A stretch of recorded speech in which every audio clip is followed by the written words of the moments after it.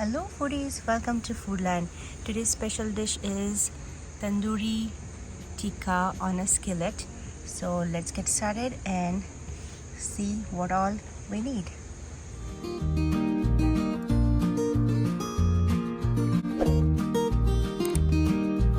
Alright, so let's get started with our Tandoori Paneer. So I have 2 cubes of paneer chopped like this, and a bunch of colorful vegetables, some onion, green, red and orange, yellow bell peppers, maybe of this size.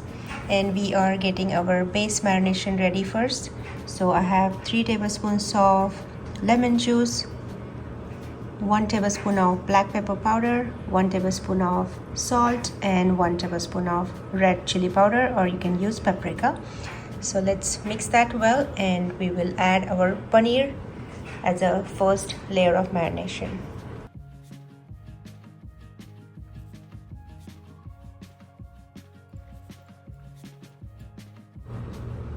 So while preparing our second layer of marination, I'm roasting 2 tablespoons of gram flour just to add a thickening agent, and of course this step is optional. If your yogurt is thick enough, then we do not need to do this step. So let's roast this for about 2 to 3 minutes.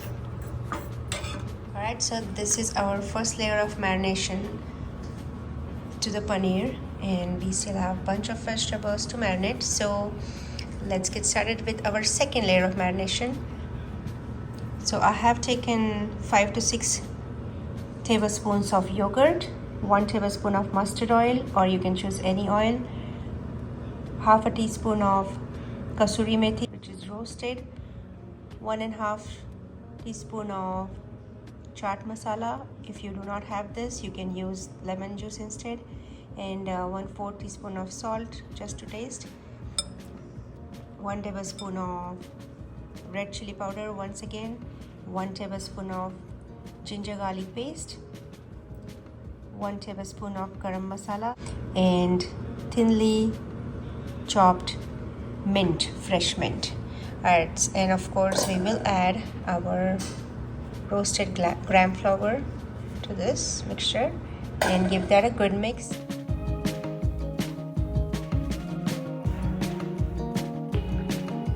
Mixture of second layer of marination. Let's add our paneer cubes.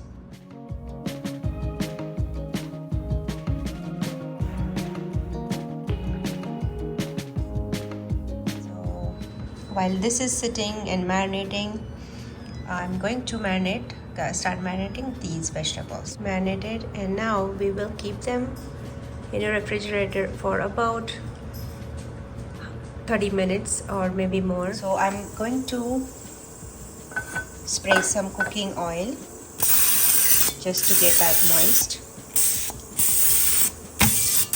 and nice and shiny.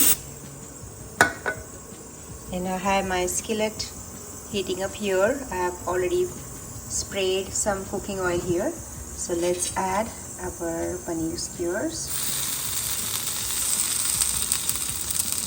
I'm going to place 2 of them for now. There you go. And in about 2 minutes of intervals, we will switch the sides and spray some more cooking oil and let it cook on a low flame. In about 1 minute or so, I'm also going to add butter just to get that nice yummy flavor. This is optional.